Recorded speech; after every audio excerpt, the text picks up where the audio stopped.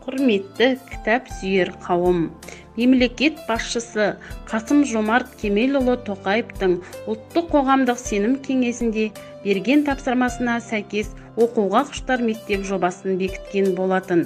Оқуға құштар мектеп жобасының мақсаты оқушылардың, ұстаздардың, ата-аналардың кітап оқу сауаттылығын насихаттауға бағытталған жоба. Осы жобаға Шоқан Уәлиханов атындағы орта мектеп коммуналдық мемлекеттік мекемесінің кітапханасында оқуға құштар мектеп жобасы аясында «Мен оқимын, сен де оқы» атты кітап көрмесі ұйымдастырылуда.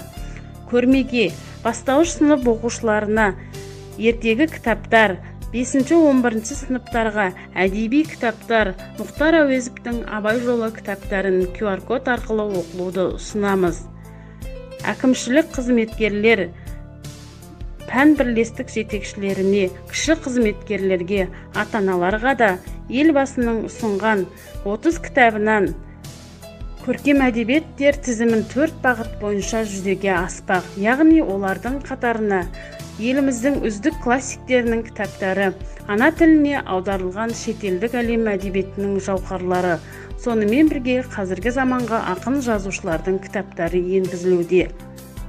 Артық білім кітапта, ерінбей оқып көруге деп Абай Құнанбайұлы айтқандай, сіздерді кітап оқуға шақырамыз.